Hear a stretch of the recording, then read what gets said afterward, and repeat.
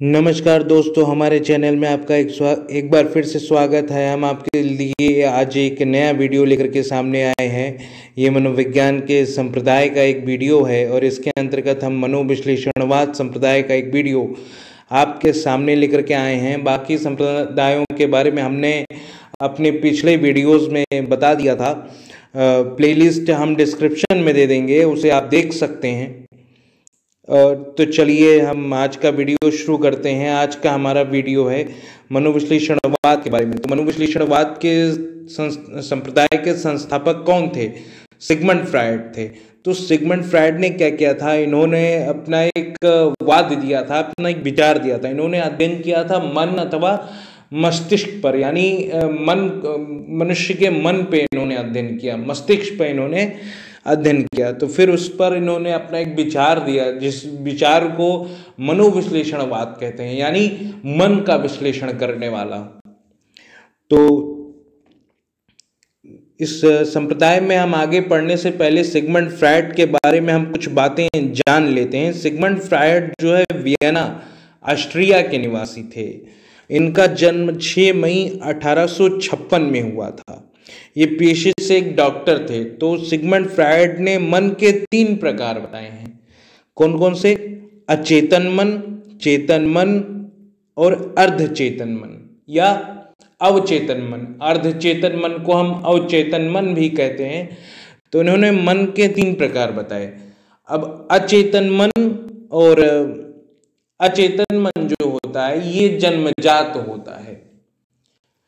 और इसके साथ साथ इन्होंने व्यक्तित्व के भी 3 प्रकार बताए हैं। कौन कौन से?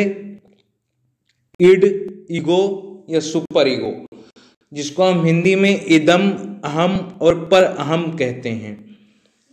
ठीक है, तो इसको हम पढ़ते हैं। देखिए, हमने यहाँ पर लिखा भी है कि सिगमंड फ्रायड ने मन के 3 प्रकार बताए: अचेतन मन, चेतन मन एवं अर्ध अथवा अवचेतन मन। तो इसको हम देखते हैं। अचेतन मन के साथ ईगो जुड़ा होता है, जैसे कि अचेतन मन के साथ ईड जुड़ा होता है, अचेतन मन के साथ इड जुड़ा होता है और चेतन मन के साथ ईगो जुड़ा होता है। और जो अर्धचेतन मन यानी जो लास्ट वाला है वो उसके साथ क्या जुड़ा होता है? सुपर ईगो जुड़ा होता है। जैसे कोई आदमी, आपने ये कहते सुना होगा कि हमारा ईगो हर्ट हो गया, तो इसको क्या बोलते हैं? यानी वो हमारे कहते हैं कि हमारे स्वाभिमान को ठेस पहुंचा दी या ईगो हर्ट हो गया। तो इसी चेतन मन के साथ क्या जुड़ा होता है? ईगो जुड़ा होता है हमारा। और अचेतन मन के साथ कौन जुड़ा होता है? इड जुड़ा होता है। और जो अर्धचेतन मन है उसके साथ क्या जुड़ा होता है? उसके साथ सुपर ईगो जुड़ा होता है। तो ये इड, ईगो, सुपर ईगो अथवा इदम, अहम, पर अहम, ये लोग क्या हैं? ये व्यक्तित्व के 3 प्रकार हैं। यानी सिगमंड फ्रायड ने जो है मन के 3 प्रकार और व्यक्तित्व के 3 प्रकार बताए। जैसे कि हमने पढ़ा कि अचेतन मन के साथ इदम जुड़ा होता है और अचेतन मन के साथ इदम जुड़ा होता है, चेतन मन के साथ ईगो जुड़ा होता है और अर्धचेतन मन के साथ पर अहम यानी सुपर ईगो जुड़ा होता है। तो ये जो इदम और अचेतन मन जो होते हैं ये जन्मजात होते हैं। बाकी दोनों को क्या करना पड़ता है? अर्जित करना पड़ता है। वो कैसे अर्जित होते हैं? वो अर्जित होते हैं वातावरण से या परिस्थितियों से, जिस तरीके से हम उसको कर सकें। अब एक चीज हम आगे देखते हैं। यहाँ पर देखिए, हमने लिखा है कि भावना, संवेग और मूल प्रवृत्ति, यानी ये जो भावना है मनुष्य की, वो जो है जन्मजात होती है। भावना हर आदमी के अंदर कोई ना कोई फीलिंग होती है। जैसे कोई आदमी जब बात करता है तो आपने ये सुना होगा कि वो कहता है कि भाई साहब आप हमारी भावनाओं को नहीं समझ रहे हैं, ये क्या है? यानी वो अपनी फीलिंग्स जो आदमी बोलना चाह रहा है उसको दूसरा आदमी क्या कर रहा है वो नहीं समझ पा रहा है। तो उसको क्लियर करता है कि भाई साहब हमारी भावनाओं को समझने का प्रयास करिए आप। तो ये भावना, मूल प्रवृत्ति और संवेग, ये क्या है? ये जन्मजात होते हैं। कहने का मतलब भाई आपके अंदर भाव तो होंगे ही ना, कुछ ना कुछ, तभी तो हम क्या कर पाते हैं, अपना विचार जो है लोगों के सामने प्रकट कर पाते हैं। भावना क्या होती है, यानी विचारों का वो आंतरिक रूप जो हम केवल प्रकट करते हैं दूसरों के सामने, यानी जिससे हम अपनी बातों को स्पष्ट करते हैं, वो क्या कहलाती है, भावना कहलाती है। यह है कि जो हमारी जो फीलिंग्स हैं वो सबसे पहले हमारे अंदर ही आएंगी, तो जब हम उसको सामने प्रकट करते हैं तब वो दूसरा व्यक्ति हमारी भावनाओं को क्या करता है, समझता है, समझने का प्रयास करता है। और जब वो नहीं समझ पाता है तो हम क्या कहते हैं कि भाई साहब आप हमारी भावनाओं को नहीं समझ रहे हैं। तो जो विचारों का आंतरिक रूप जो होता है वो भावना कहलाता है। और अगर कोई व्यक्ति से हम कह देते हैं तो वो हमारी बातों को समझने का प्रयास करता है, और अगर वो नहीं समझ पाता है तो हम उसको क्या करते हैं, स्पष्ट करते हैं। रूप में जो भावना होती है वो केवल हमारे अंदर ही सीमित रहती है, वो दूसरों तक नहीं पहुंचती। लेकिन जब हम उसको दूसरों के सामने प्रकट कर देते हैं तब वो क्या हो जाती है, एक प्रकट रूप में आ जाती है, एक प्रकट इच्छा हो जाती है।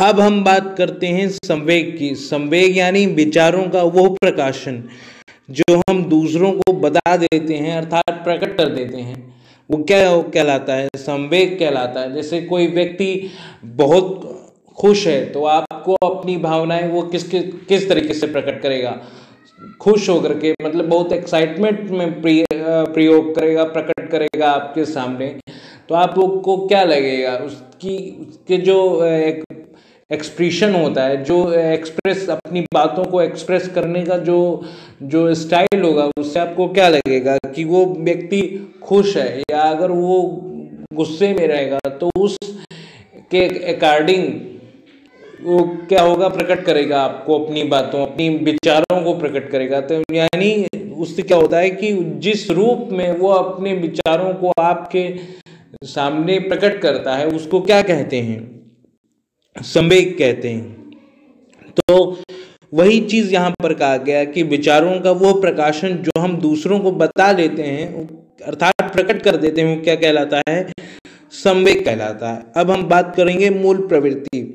विचारों के क्रियात्मक रूप को मूल प्रवृत्ति कहते हैं। क्रियात्मक रूप को मतलब कि अगर हम बहुत भावुक हो जाते हैं तो हम रोने लगते हैं, या फिर बहुत खुश होते हैं तो बहुत जोर से हंसने लगते हैं, या बहुत गुस्से में होते हैं तो क्या करते हैं, दूसरों के ऊपर बहुत ज़्यादा चिल्लाने लगते हैं। तो ये चीज़ क्या होती है, ये हम अपनी भावनाओं को किस रूप में प्रकट कर रहे हैं, क्रियात्मक रूप में। यानी हम कोई ना कोई क्रिया करके अपने जब भावनाओं को प्रकट करते हैं तो क्या कहलाती है वो, अब मूल प्रवृत्ति कहलाती है। ठीक है, अब हम बात करेंगे दमित इच्छा के बारे में। दमित इच्छा यानी दबी हुई इच्छा, अर्थात वो इच्छा जो खत्म हो गई वो दमित इच्छा कहलाती है। जैसे कि अगर मान लीजिए कोई व्यक्ति जो है वो IAS बनना चाहता है, लेकिन काफ़ी प्रयास करने के बाद भी उसका वो IAS का पेपर अगर नहीं निकला, तो एक टाइम आया वो ओवर एज हो गया वो, या फिर इससे ऊब गया कि इससे अच्छा तो हम कुछ दूसरा कर लेते, तो अब तक शायद कहीं सेटल भी हो जाते। तो अंततः वो इस तरीके के विचारों को जब त्याग दे, अपने कोई कार्य को करना छोड़ दे, या विचारों को जब त्याग दे, तो क्या होता है, वो दमित इच्छा कहलाती है। अर्थात वो इच्छा प्रकट हुई थी लेकिन बाद में उसका क्या कर दिया गया, दमन कर दिया गया, उसको त्याग दिया गया, तो वो क्या हुई, दमित इच्छा हुई। ठीक है,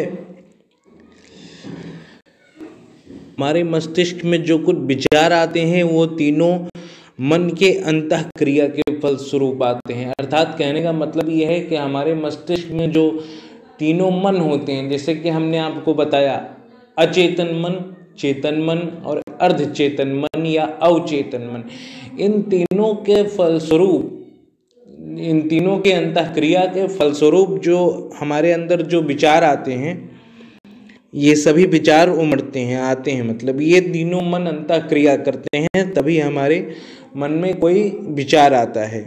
ठीक है, अब आगे देखते हैं।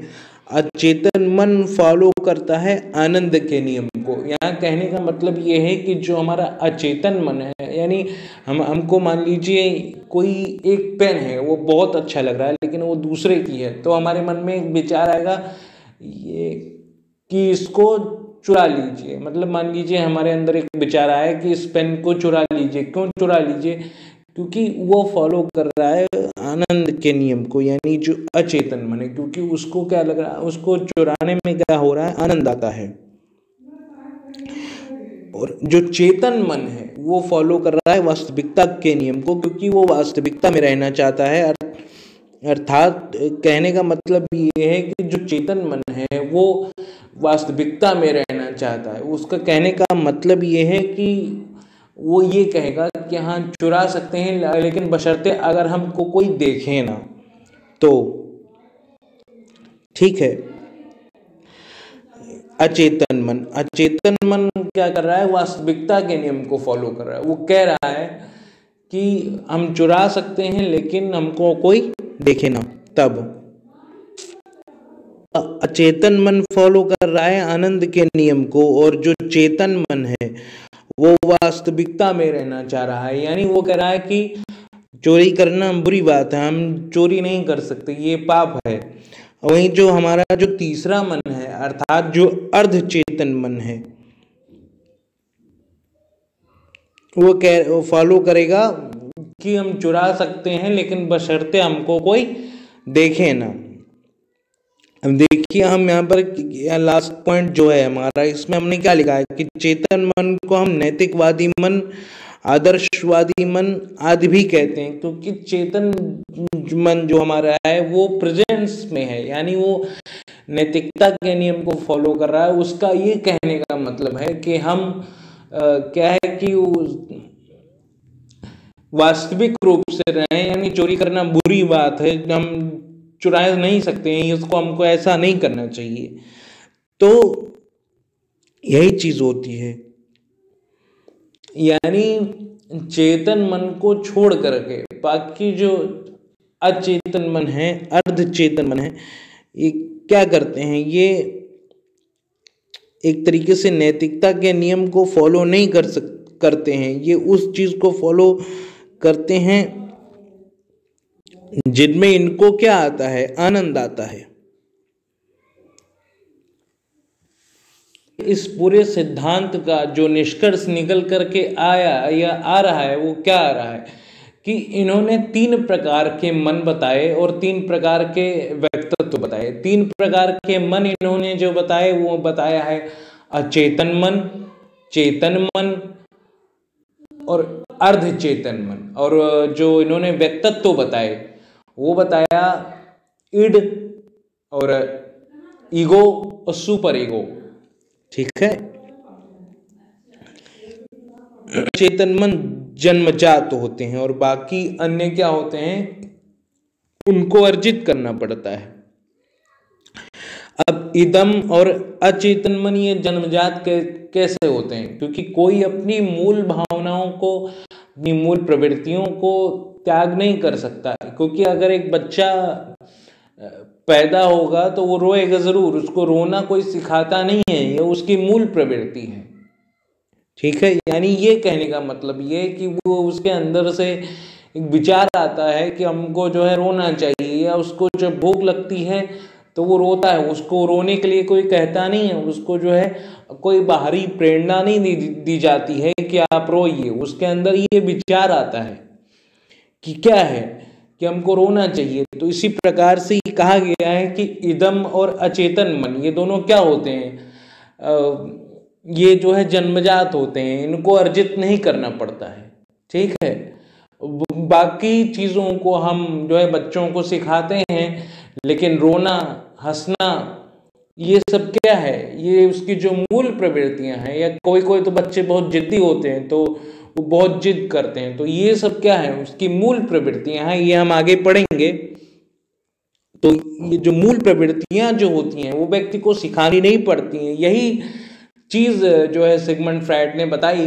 3 प्रकार के व्यक्तित्व और 3 प्रकार के उन्होंने मन बताए। और ये जो तीसरा जो इन्होंने सबसे मेन पॉइंट बताया वो ये बताया कि अचेतन मन और इदम ये क्या है, इसको मतलब ये जन्मजात होते हैं, इसको अर्जित नहीं करना पड़ता है। पढ़ा भी क्या पढ़ा हमने कि भावना, संवेग और मूल प्रवृत्ति यह अचेतन मन में होते हैं। किस में होते हैं? अचेतन मन में। यानी इनको क्या करना पड़ता है, इनको हम किसी से सीखते नहीं है कि भाई हमको रोना सिखा दो, हमको हंसना सिखा दो, नहीं, ये हमको पहले से पता होती हैं। सीखने की जरूरत नहीं पड़ती, आपको हंसना सीखने की जरूरत नहीं पड़ती। यानी भावना, संवेग और मूल प्रवृत्ति ये अचेतन मन के होते हैं, और ये इदम और अचेतन मन ये क्या होते हैं? जन्मजात होते हैं। तो यही ये सारी चीजें ये जो थी, ये जो सिगमंड फ्रायड के ये सिद्धांत की ये मुख्य बातें थी। ठीक है, तो इतना हमने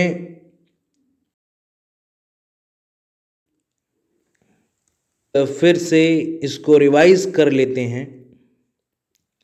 तो हम मनोविज्ञान के संप्रदाय आज हमने पढ़ा, मनोविश्लेषणवाद संप्रदाय मनोविज्ञान के संप्रदाय के अंतर्गत।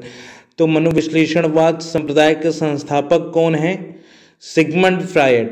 सिगमंड फ्रायड ने मन अथवा मस्तिष्क का विश्लेषण किया और उससे अपना एक विचार दिया जिसको हम मनोविश्लेषणवाद संप्रदाय कहते हैं। तो सिगमंड फ्रायड ने 3 प्रकार के मन बताए थे, अचेतन मन, चेतन मन और अर्ध अथवा अवचेतन मन। और इसके अलावा उन्होंने 3 प्रकार के व्यक्तित्व भी बताए हैं, इदम, अहम, पर अहम, यानी इड, ईगो और सुपर ईगो। सिगमंड फ्रायड का जो जन्म हुआ वो वियना ऑस्ट्रिया में हुआ। ऑस्ट्रिया एक देश है। इनका जन्म जो हुआ, जन्म इनका जहाँ हुआ वो वियना में हुआ, और इनका जो डेट थी वो 6 मई 1856 में पैदा हुए ये, और ये पेशे से एक डॉक्टर थे। ठीक है, और मेन चीज और थोड़ा सा जो हम पढ़ते हैं वो अचेतन मन के साथ इदम जुड़ा होता है। जो अचेतन मन है उसके साथ इदम रहेगा, और यानी इड, इदम का मतलब वो क्या हो गया? इड हुआ। और जो चेतन मन है, अचेतन मन के साथ इड, और जो चेतन मन के साथ में क्या है? वो ईगो है। और फिर सुपर ईगो किसके साथ जुड़ा है? अर्धचेतन मन के साथ। एक मेन पॉइंट इनका ये हुआ। और दूसरी चीज हमने ये पढ़ा कि भावना, संवेग और मूल प्रवृत्ति ये कहाँ होते हैं? अचेतन मन में होते हैं। कहने का तात्पर्य ये है कि जैसे अचेतन मन जन्मजात है, उसी तरीके से ये हमारी जो ये 3 प्रवृत्ति है, यानी भावना, संवेग और मूल प्रवृत्ति, ये भी जन्मजात है। एक मेन पॉइंट इनका ये हो गया। ठीक, अब भावना किसको कहते हैं? तो विचारों के आंतरिक रूप को भावना कहते हैं। ठीक, अर्थात वो विचार जो दूसरों तक नहीं पहुंच पाता, केवल हमारे तक सीमित रहता है, वो भावना कहलाता है। यानी सबसे पहले वो क्या होगा? वो विचार केवल हमारे अंदर ही आएगा, बाद में वो दूसरों तक आएगा, यानी तब वो उसका, हमारे भावना का क्या हो जाता है? प्रकट रूप हो जाता है। ठीक, जब हम उसको दूसरों को बता देते हैं तो वो क्या हो जाता है? प्रकट रूप हो जाता है। अब हम बात करेंगे संवेग की, यानी वो प्रकाशन जो हम दूसरों को बता दें, वो भावना का प्रकट रूप तो होता है, लेकिन हम किस रूप में उसको बता रहे हैं, अर्थात खुश होकर के बता रहे हैं, गुस्से में बता रहे हैं, या बहुत दुखी होकर के बता रहे हैं, वो भी एक रूप में आएगा। तो ये हो गया एक संवेग है। और मूल प्रवृत्ति, तो मूल प्रवृत्ति भी है हमारी क्या है? विचारों के क्रियात्मक रूप को मूल प्रवृत्ति कहते हैं। अर्थात क्रियात्मक रूप का क्या मतलब कि अचेतन मन, चेतन मन और अर्धचेतन मन, इन तीनों मनों के क्रियात्मक रूप से क्या बनता है? हमारे मन में विचार उमड़ते हैं। और यही क्या हो जाते हैं, मूल प्रवृत्ति हो जाती है, क्योंकि तीनों का ये क्या है, क्रियात्मक रूप है। अब हम पढ़ेंगे दमित इच्छा। दमित इच्छा हमने पढ़ा, क्या पढ़ा कि वो इच्छा जो दब गई अर्थात खत्म हो गई, वो क्या कहलाई, दमित इच्छा कहलाई। ठीक, उसके बाद हमने अगला जो मेन पॉइंट पढ़ा वो पढ़ा कि जो हमारा अचेतन मन है वो फॉलो करता है आनंद के नियम को। ठीक है, और चेतन मन फॉलो करता है वास्तविकता के नियम को, और अर्ध चेतन मन जो है, का नियम का क्या मतलब है कि वो चेतन मन हमारा क्या बोल रहा है, वो बोल रहा है कि जो है जैसे आदमी कोई चीज़ है, मान लीजिए वो कोई चीज़, जैसे कोई किसी को कोई पेन अच्छी लग गई तो वो उस चीज़ को चोरी कर रहा है, तो जो अचेतन मन है वो किसको फॉलो कर रहा है, कि मतलब वो फॉलो कर रहा है कि उसको आनंद के नियम को। तो क्या बोलेगा कि जो ये हमको अच्छी लग रही है इसको हमें चुरा लेना चाहिए। ठीक है, और फिर हमारा जो चेतन मन है वो किसको फॉलो करेगा, वास्तविकता अथवा नैतिकता के नियम को वो फॉलो क्यों करेगा, कि वो कह रहा है कि नहीं, चोरी नहीं करना चाहिए, कि चोरी करना बुरी बात है, ये गंदा काम है, उसको पाप है, उसको चोरी ना करो। यानी वो वास्तविकता के नियम को फॉलो करता है, नैतिकता के नियम को फॉलो करता है। इसलिए हम चेतन मन को क्या कहते हैं, नैतिकवादी मन भी कहते हैं, या और आदर्शवादी मन भी कहते हैं। ठीक है, चेतन मन में हमारे नैतिक मूल्यों और आदर्शों का भंडार होता है। तो ये था हमारा आज का वीडियो। उम्मीद है आपको अच्छा लगा होगा, और वीडियो अच्छा लगा हो तो लाइक कीजिए, शेयर कीजिए, सब्सक्राइब कीजिए और बेल आइकन प्रेस कर दीजिए, ताकि हमारे आने वाले वीडियोस के नोटिफिकेशन आपको मिलते रहें। मिलेंगे फिर किसी नए वीडियोस में, तब तक के लिए नमस्कार।